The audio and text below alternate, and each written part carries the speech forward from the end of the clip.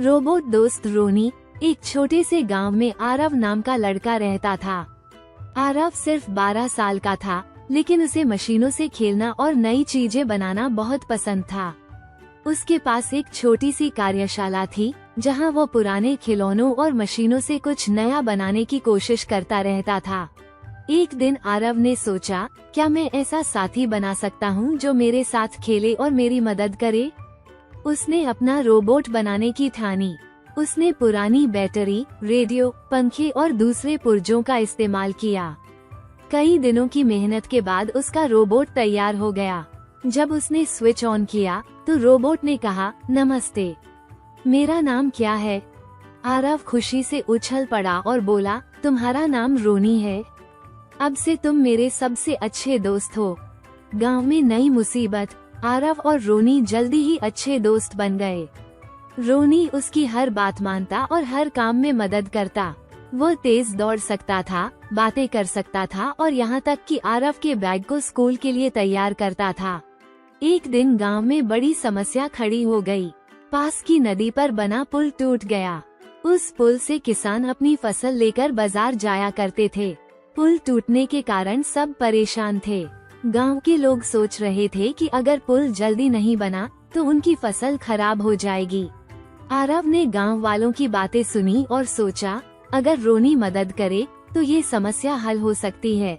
उसने रोनी को अपनी योजना बताई। रोनी की बहादुरी।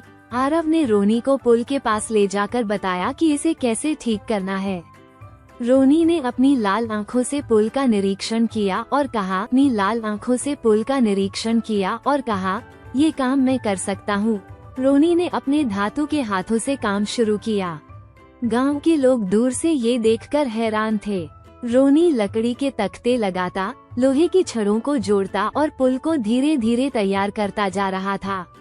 बच्चे तालियां बजा रहे थे, बूढ़े लोग प्रार्थना कर रहे थे और किसान खुश थे। कुछ ही घंटों में पुल पहले से भी ज्यादा मजबूत बन गया। सभी लोग खुशी से झूम उठे। गांव के मुखिया ने कहा, आरव, तुम्हारा रोबोट हमारे गांव का हीरो है। हमें तुम पर गर्व है। रोनी का नया जीवन। पुल बनने के बाद रोनी गांव का सबसे प्यारा सदस्य बन गया। वो बच्चों के साथ खेलता, बूढ़े लोगों का सामान उठाकर ले जाता और किसानों को खेती में मदद करता। गांव का हर इंसान उससे प्यार करता था। एक दिन रोनी ने आरव से पूछा, तुमने मुझे क्यों बनाया? आरव ने कहा, मैंने तुम्हें इसलिए बनाया ताकि तुम मेरी और दूसरों की मदद कर सको। रोनी मुस्कुराया और कहा, तब मैं हमेशा यही करूँगा। मेला और रोनी की पहचान। कुछ हफ्तों बाद गांव में एक बड़ा मेला लगा। सभी लोग अपने हुनर दिखा रहे थे। आरव ने सोचा कि वो रोनी की खासियत सबको दिखाएगा। मेले में जब रोनी ने बच्चों के साथ नाच गाना किया तो लोग हैरान रह गए। सभी ने रोनी और आरव की खूब तारीफ की। अब रोनी सिर्फ एक रोबोट नहीं था, बल्कि गांव का हीरो और सबसे अच्छा दोस्त बन गया था। नैतिक शिक्षा।